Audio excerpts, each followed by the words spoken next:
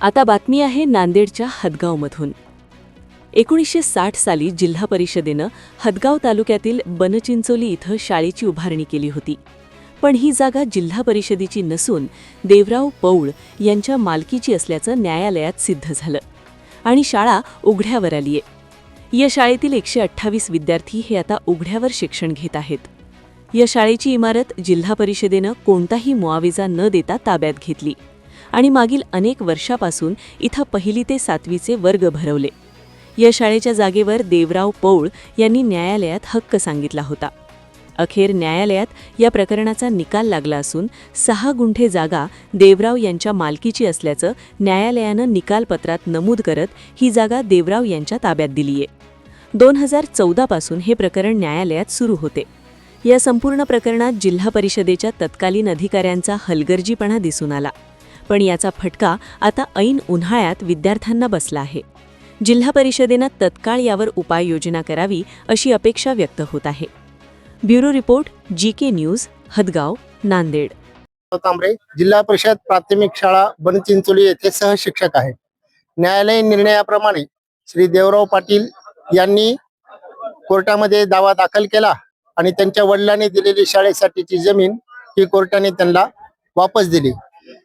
न्यायालयीन निर्णय काही का असेना, परंतु या जिल्हा परिषद प्राथमिक शाळा बनचिंचोली येथे शिकत असणारे विद्यार्थी आज न्यायालयाच्या या निर्णयामुळे आणि जिल्हा परिषदेच्या प्रशासनाच्या हलगर्जीपणामुळे आज हे विद्यार्थी चिमुकले उघड्यावर आलेले आहेत। गेले 4 दिवस झालं हे सर्व विद्यार्थी या ठिकाणी उघड्यावर बसून अध्ययनाचं आणि अध्यापनाचं काम या ठिकाणी सुरू आहे।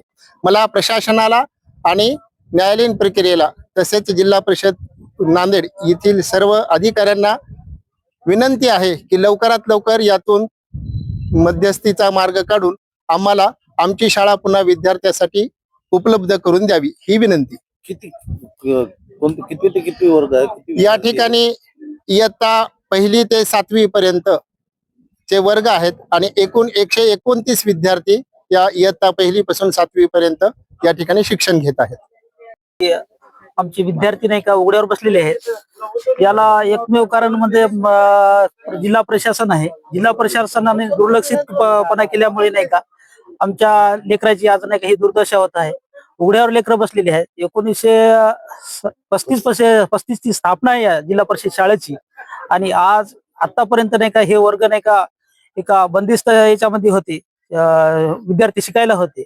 पण प्रशासनाने याच्यामध्ये नाही का ते देवराव नारायण पौळ यांनी नाही का कोर्टामध्ये जाऊन नाही का त्या जागेचा ताबा घेतलाय नाही। आज विद्यार्थी नाही का उघड्यावर बसले आहेत।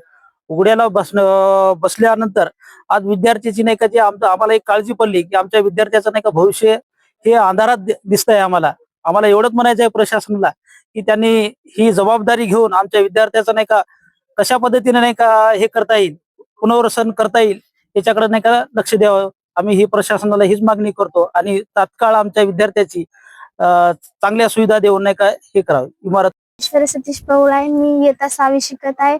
आमची शाळा जिल्हा परिषद प्राथमिक शाळा बनचिंचोली खूप चांगली शाळा होती। हे शाळा शासनाने बंद केलेली आहे कोर्टाचा निरोप घेऊन आणि आम्ही इथं उन्हामध्ये बसलेलो आहोत। मी एवढीच बोलते की आमची शाळा आहे ना आम्हाला परत वापस करून द्यावा। अतिशय सुंदर आमची शाळा आहे, आम्हाला परत वापस एवढंच। तुम्ही पाहत आहात महाराष्ट्राच्या कुशीतलं जीके न्यूज मराठी, सात जनतेची, भूमी महाराष्ट्राची।